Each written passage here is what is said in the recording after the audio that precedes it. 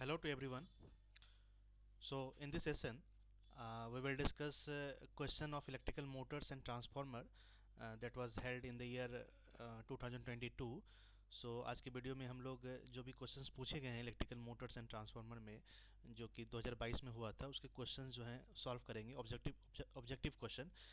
जैसा कि आप लोगों को पता है कि state board of technical education जो डिप्लोमा सेमेस्टर एग्ज़ाम कंडक्ट करती है for all the government polytechnic institute and private polytechnic college। तो तो इसमें पता है आप लोगों की 20 क्वेश्चन ऑब्जेक्टिव पूछे जाते हैं और बाकी जो है 50 नंबर के वो सब्जेक्टिव पूछे जाते हैं। तो आज के सेशन में मैंने सोचा कि आप लोगों के लिए कुछ ऑब्जेक्टिव क्वेश्चन डिस्कस किया जाए जो कि लास्ट टाइम पूछा गया था। तो अगर सबसे पहले हम अगर इसमें बात करें यूनिट वाइज वेटेज की, अगर बात करें कि हर एक मिनट से कितने नंबर ऑफ क्वेश्चंस आए हैं, तो अगर हम बात करें तो आउट ऑफ 20 जो फर्स्ट यूनिट है डीसी जनरेटर, इसमें नंबर ऑफ क्वेश्चंस पूछे गए हैं 5। सो एक ज़्यादा वेट है, ज़्यादा वेटेज है इस यूनिट का अगर पूरे क्वेश्चन पेपर की बात करें तो। यूनिट नंबर 2 डीसी मोटर में जो नंबर ऑफ क्वेश्चंस पूछे गए हैं वो 4 हैं। Unit number 3 single phase transformer से जो क्वेश्चन पूछे गए हैं वो 4 है। तो unit number 4 three phase transformer number of question 4 है। तो कहीं ना कहीं ऐसा लग रहा है यूनिट नंबर 1 से लेके 4 तक, यूनिट नंबर 1 से लेके 4 तक DC generator, DC motor, single phase transformer और थ्री फेज ट्रांसफार्मर से जो टोटल नंबर ऑफ क्वेश्चन है वो इक्वली हैं। तो इस बार भी आप एक्सेप्ट कर सकते हो कि ये चारों यूनिट से नंबर ऑफ क्वेश्चन जो पूछे जाएंगे वो लगभग बराबर ही होंगे। जो लास्ट यूनिट है that is the special purpose transformer, इसमें नंबर ऑफ क्वेश्चन 3 है। तो टोटल नंबर ऑफ क्वेश्चंस 20 पूछे जाते हैं। तो इस सेशन को हम लोग शुरू करते हैं। तो सभी लोग जो हैं चैनल को सब्सक्राइब करेंगे और ज़्यादा से ज़्यादा इस चैनल को प्रमोट करेंगे, ठीक है। शेयर कर दो इस चैनल को ज़्यादा से ज़्यादा ग्रुप में, ताकि ज़्यादा लोगों को एडवांटेज मिल सके जो एग्ज़ाम की तैयारी कर रहे हैं, क्योंकि एग्ज़ाम जो है वो 5 अप्रैल से होने वाला है पूरे बिहार में for old semester that is third and fifth semester.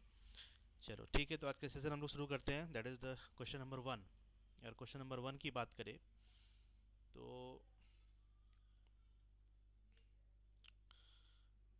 Question number 1 है material of core of DC machine are generally made of, ठीक है। तो क्वेश्चन नंबर 1 की बात करें तो जो डीसी मशीन का जो कोर है वो किस मटेरियल का बना होता है ये पूछा जा रहा है। The first option is cast iron, silicon steel, stainless steel and D option is carbon. So the right answer for this question will be silicon steel. Silicon steel का बना होता है, डीसी मशीन का कोर का जो metal होता है वो सिलिकॉन स्टील का बना होता है। तो सभी लोग अगर ऐसा क्वेश्चन आता है तो सिलिकॉन स्टील पे जाएंगे, ठीक है, इस पर टिक करेंगे। Next question number 2, lap winding in DC machine is suitable for current end voltage. तो हाई लो के बारे में पूछा है, करंट हाई होता है या लो होता है, वोल्टेज हाई होता है या लो होता है। तो ये आई थिंक मैंने इस क्लास में भी करवाया हुआ है कि जो डीसी वाइंडिंग में दो तरह की वाइंडिंग होती है, एक लैप और एक वेव होता है। तो लैप वाइंडिंग जो है, लैप वाइंडिंग में जैसा कि हम जानते हैं कि नंबर ऑफ पैरेलल पाथ जो होता है वो नंबर ऑफ पोल्स के बराबर होते हैं, अल्सो नंबर ऑफ ब्रशेस के बराबर होते हैं। तो जो पैरेलल पाथ है यहाँ पे मैंने लिख दिया है lap winding, the number of parallel path is the same as the number of brushes and poles. So this winding is mainly used for low voltages and high current application. So the right answer for this question will be, that is option number A, high and low. Okay, so right answer for this question will be option number A. So let's move to the next question, that is question number 3. The induced EMF in each conductor of a DC machine is direct, alternating, pulsating, both A and C. So the right answer for this question will be option number B, that is the alternating EMF. जो EMF बनता है DC machine में वो alternating होता है, लेकिन जब output load की बात करते हैं तो वहाँ पे जो वोल्टेज बनता है वो डीसी बनता है, ठीक है, वहाँ पे डीसी बनता है। लेकिन ईएमएफ की अगर बात करें हर एक कंडक्टर में डीसी मशीन के केस में वो एक अल्टरनेटिंग ईएमएफ बनता है, ठीक है। So the right answer for this question will be option number B. The narrow poles placed in between the main pole of a DC machine are called, क्या कहते हैं उसे, क्या कहते हैं, लार्ज पोल कहते हैं, स्मॉल पोल कहते हैं, स्मॉल पोल कहते हैं, इंट्रा पोल कहते हैं, इंटर पोल कहते हैं। So the option right answer for this question will be D, that is the inter pole. Okay, question number 5, अगर 5 की बात करें, the commutator of a DC motor is used for convert DC into AC, convert AC into DC, reduce friction, avoid arc at brushes. So DC motor में यहाँ मैंने लिख लिया है, यहाँ पे मैंने लिख दिया है।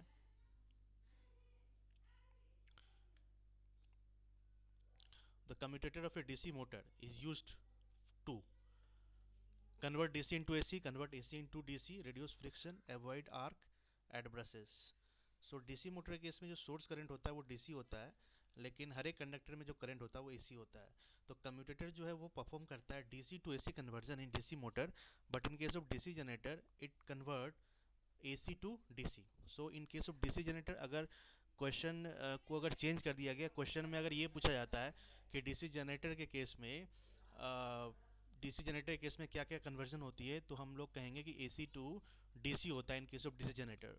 तो यहाँ पे डीसी मोटर के बारे में पूछा गया, तो in case of DC motor the commutator will perform DC to AC conversion. So the right answer for this question will be option number A, that is convert DC into AC.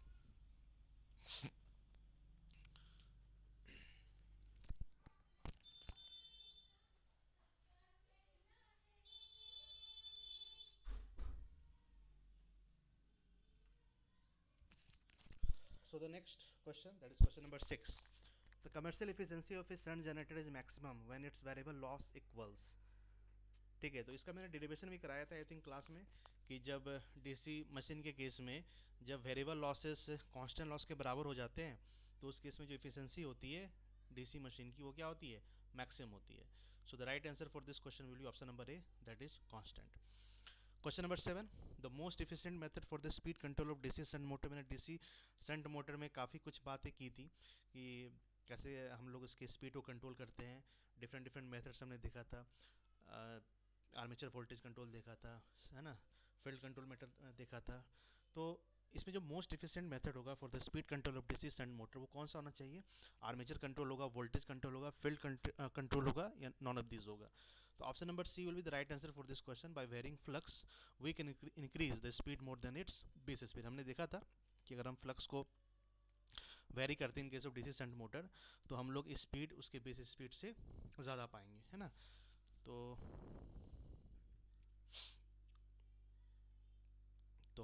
the right answer for this question will be C, that is the field control method। okay, field control method, तो most efficient method की इन्होंने बात की है, तो field control method will be the most efficient method for controlling the speed of a DC shunt motor। ठीक है, तो जस्ट एक मैं अगर आइडिया दूँ तो n इक्वल टू मैंने बताया था कि ए बी बाई फाई होता है, अगर मैं स्पीड की बात करूँ तो, ठीक है ना, ए बी बाई फाई होता है, तो ये स्पीड होती है एन। तो अगर फ्लक्स को तुम वैरी करोगे, ठीक है ना, अगर फील्ड में अगर रेजिस्टेंस को अगर हम ऐड करते हैं तो करंट की वैल्यू क्या होगी, कम होगी। अगर करंट कम होगा तो फ्लक्स भी कम होगा, ठीक है। अगर रेजिस्टेंस को ऐड करते हैं फील्ड वाले में, तो रेजिस्टेंस को एक्सटर्नल अगर रेजिस्टेंस को ऐड करते हैं तो करंट क्या होगा, कम होगा। करंट कम होगा तो फ्लक्स भी क्या होगा, कम होगा। और फ्लक्स अगर कम होगा तो स्पीड क्या होगी, स्पीड इसकी ज़्यादा मिलेगी, ठीक है ना। तो इस केस में हम ये कहते हैं द मोस्ट एफिशिएंट जो मेथड है for speed control of DC shunt motor is the field control method. Okay, now next let's move to the next question, that is question number 8।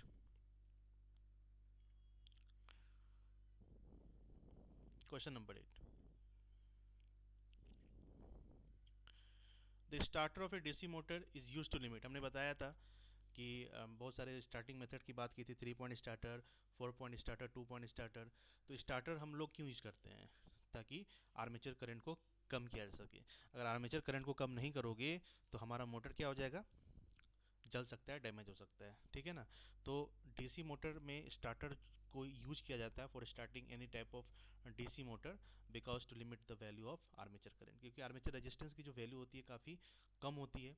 अगर वो कम होती है तो करंट अगर डायरेक्ट सप्लाई दोगे तो करंट क्या होगा, current will attain very high value, क्योंकि रेजिस्टेंस कम है तो current will attain the very high value, और इस केस में वो आर्मेचर डैमेज हो सकता है। इसलिए by connecting some starting method like 3 point starter हमने देखा था, तो उसमें क्या होता है, हम लोग रेजिस्टेंस को धीरे धीरे कट आउट करते हैं, ठीक है। और स्टार्टिंग में एक्सटर्नल रेजिस्टेंस को जोड़ा जाता है ज़्यादा से ज़्यादा, ताकि करंट जो है वो कम हो सके। एक बार जब स्पीड पकड़ लेती है धीरे धीरे, ठीक है ना, तो बैक ईएमएफ बिल्ड होने लगता है और उससे करंट कम होने लगता है। तो जैसे करंट कम होने लगता है वैसे वैसे हम लोग रेजिस्टेंस को कट आउट करते हैं, ठीक है। तो starter of a DC motor use to limit armature current, not field current, not supply voltage, not Last option is none of these. So the right answer for this question will be armature current. Question number 9, the starting torque of a DC series motor is. अगर DC series motor की हम बात करें तो उसका starting torque काफ़ी high होता है, तो यहाँ मैंने लिख भी दिया, पूरा का पूरा एक्सप्लेनेशन है कि क्यों डीसी सीरीज मोटर का स्टार्टिंग टॉर्क हाई होता है, ठीक है। तो starting torque of a DC series motor is high. तो right answer for this question will be A. A transformer doesn't transform. The question number 10 is, a transformer doesn't transform current, voltage, power, none of this. हमें पता है कि एक transformer एक static device है, मैंने यहाँ लिख भी दिया है, which converts electrical power from one circuit to another without changing its frequency. तो ट्रांसफार्मर जो है ना वो पावर को ट्रांसफॉर्म नहीं करता है। So the right answer for this question will be option number C. बहुत ही बेसिक क्वेश्चन है। चलो क्वेश्चन नंबर 11, तो efficiency of A power transformer is about. Power transformer की जो इफिशियंसी होती है वो लाई करती है normally 97 to 99%। So the right answer for this question will be option number D, which is 98%। Okay, तो क्वेश्चन नंबर 11 का जो राइट आंसर होगा वो डी होगा। Oil is used in a transformer for the purpose, हमने बताया था कि हम ऑयल का यूज क्यों करते हैं, for both insulation and cooling के लिए। तो first option is cooling, second insulation, both A and B, none of this. So the we used oil in a transformer for cooling as well as insulation for winding, ये हमने बताया भी था। So the right answer for this question will be option number C. Question number 13, in a step up transformer the thickness of wire of secondary winding is primary winding. So the right answer for this question will be B, that is less than that of primary winding. Mode नहीं होगा, same नहीं होगा, non of this. ये हमने लिखा है कि step up transformer की बात हो रही, तो स्टेप अप ट्रांसफार्मर में जो सेकेंडरी वोल्टेज होगा वो ज़्यादा होगा as compare to the primary voltage. So primary current will be greater than secondary current, so the current in the primary is higher than the secondary, so the primary need to be wound with thicker wire. तो अगर primary में अगर current ज़्यादा होगा तो उसको हम लोग वाउंड करेंगे थिकर वायर से। तो यहाँ पे यही पूछा जा रहा है, the thickness of wire of secondary winding is less than that of the primary winding. So the right answer for this question will be option number B. Let's move to the next question, that is question number 14.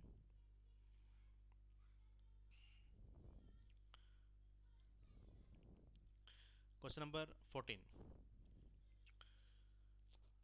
the three-phase transformer which is more feasible to use in the distribution end should be, that is the star delta. Star delta will have lower voltage at delta end, so this is more feasible to use in the distribution end. So the right answer for this question will be star delta. Question number 15, welding transformer work on the principle that weld is actually open circuit, short circuit, circuit with infinite, circuit with finite reactance. The right answer for this question will be option number B, that is the short circuit. पूरा का पूरा explanation मैंने दे रखा है ऐसा क्यों होता है, तो यहाँ जो है ऑप्शन नंबर बी राइट हो जाएगा। क्वेश्चन नंबर 16 की बात करते हैं। क्वेश्चन नंबर 16 की बात करते हैं, स्कॉट कनेक्शन, ये मैंने पढ़ाया था। Scott connection are use to convert three phase to two phase system, हमने ये बताया था। रिक्वायरमेंट क्या होनी चाहिए, रिक्वायरमेंट ये होनी चाहिए जब हम थ्री फेज को टू फेज में करते हैं तो वोल्टेजेस जो हैं वो इक्वलेंट मैग्नीट्यूड होना चाहिए, और वहाँ पे वोल्टेज फेजर जो डिस्प्लेस्ड होते हैं वो 90 डिग्री से होते हैं। और यहाँ पे मैंने ये भी बताया था कि जब हम वोल्टेज के मैग्नीट्यूड को बराबर करते हैं तो जो नंबर ऑफ टर्न्स होता है वो कितना होता है, 0.8667 into number of turns of primary winding, primary transformer, ठीक है। टीजर ट्रांसफार्मर, दो ट्रांसफार्मर हमने लिए थे, एक हमने टीजर ट्रांसफार्मर लिया था और एक हमने प्राइमरी ट्रांसफार्मर लिया था, ठीक है। तो मैंने ये बताया था कि स्कॉट कनेक्शन के केस में क्या होता है कि स्कॉट कनेक्शन हम लोग करते हैं converting the three phase into two phase system. So the requirement should be, both voltages should be equal, दोनों वोल्टेज इक्वल होने चाहिए, और दोनों वोल्टेज के जो इक्वल होने चाहिए, और दोनों जो वोल्टेज है वो डिस्प्लेस होना चाहिए by an angle that is 90 degree. और हमने यहाँ पे दो ट्रांसफार्मर की बात की थी, एक हमारा प्राइमरी ट्रांसफार्मर था और एक हमारा टीजर ट्रांसफार्मर था, ठीक है। तो teaser transformer, let suppose teaser transformer का जो प्राइमरी टर्न्स है वो n है, ठीक है, और और और प्राइमरी ट्रांसफार्मर का जो नंबर ऑफ टर्न्स है वो n1 है। तो जब हम वोल्टेजेस को इक्वल किए थे, that is the V A बराबर वी बी, तो वहाँ पे नंबर ऑफ टर्न्स जो टीजर ट्रांसफार्मर का होगा वो 86.67% होगा, किसका, 86.67% होगा, किसका, प्राइमरी ट्रांसफार्मर का नंबर ऑफ टर्न्स, ठीक है।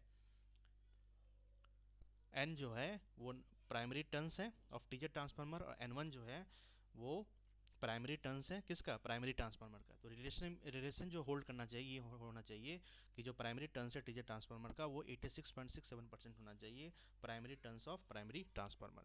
अगर ऐसा होगा, अगर इस तरह से तुम टैपिंग करते हो टीजेड ट्रांसफार्मर के केस में, तो हमें जो वोल्टेजेस हैं वो इक्वल मिलेंगे, ठीक है।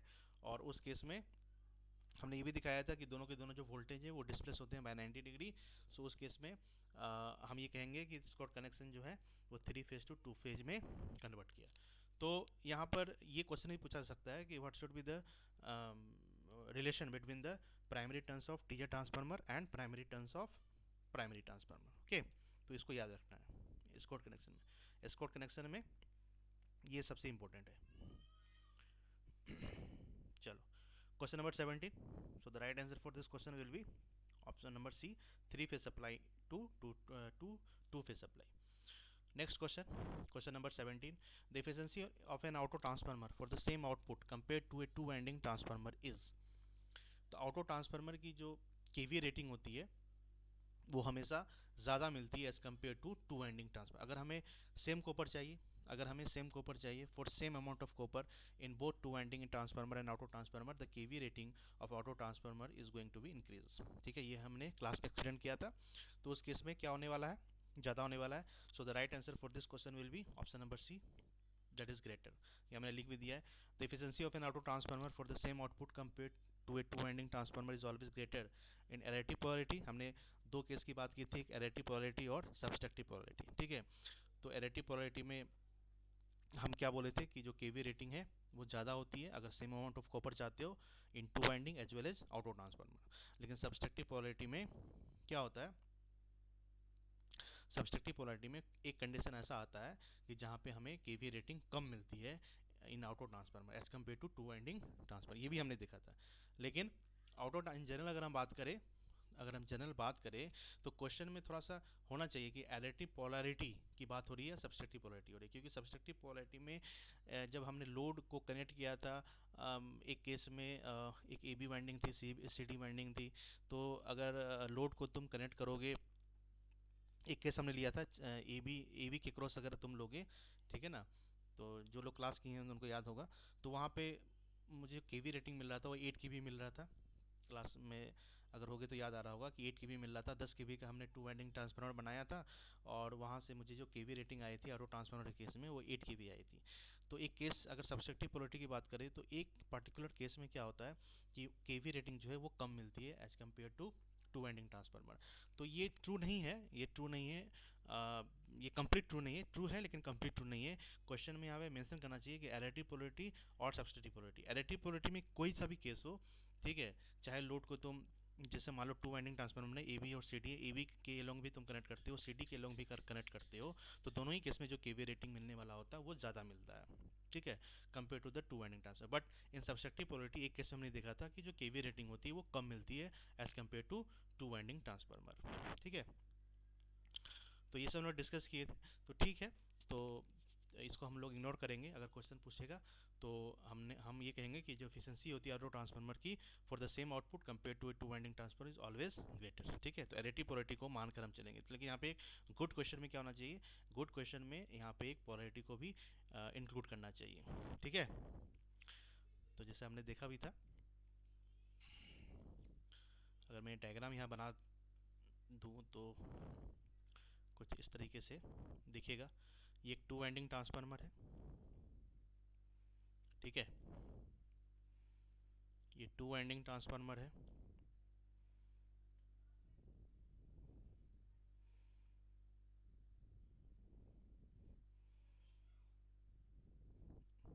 इस तरीके से, ठीक है, और हमने यहाँ पे डॉट का कॉन्सेप्ट दिखाया था।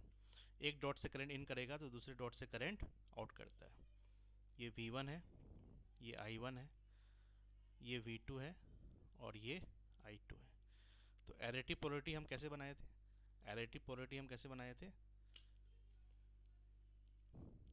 एडिटिव पोलैरिटी की अगर हम बात करें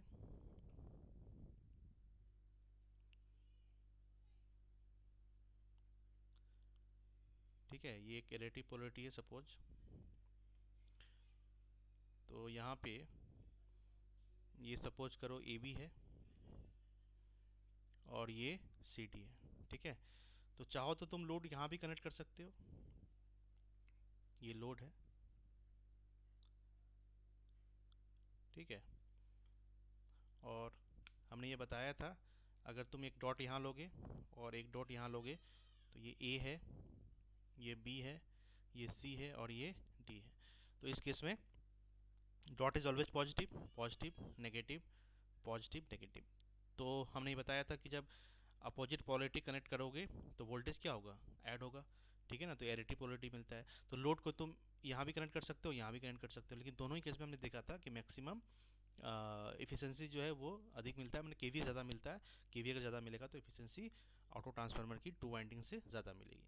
और दूसरा सब्सट्रैक्टिव पोलैरिटी में, सब्सट्रैक्टिव पोलैरिटी में हमने डिज़ाइन किया था कुछ इस तरीके से।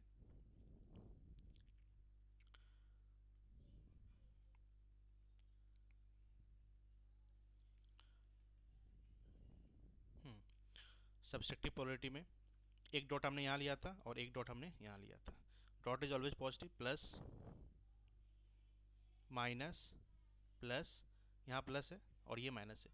तो दो सेम पोलैरिटी को अगर कनेक्ट करोगे तो क्या होगा, वोल्टेज सब्सट्रैक्ट हो जाएंगे। तो लोड तुम चाहो तो यहाँ भी कनेक्ट कर सकते हो, चाहे तो इसके पैरेलल भी कनेक्ट कर सकते हो। तो हमने एक केस में देखा था कि जो केवीए है वो कम आती है as compare to the two winding transformer, ठीक है। तो ठीक है, the right answer for this question will be C. चलो क्वेश्चन नंबर 18 की बात करते हैं। क्वेश्चन नंबर 18 की बात करते हैं। Question number 18, the secondary winding of which of the following transformer is always kept closed. Potential transformer, current transformer, step up transformer, step down transformer. Step up तो होगा नहीं, स्टेप डाउन होगा नहीं, potential होगा नहीं, current transformer. The right answer for this question will be current transformer. जो secondary winding होती है इस ट्रांसफार्मर की ओपन रखी जाती है, that is the current transformer. So the right answer for this question will be option number B. Next question,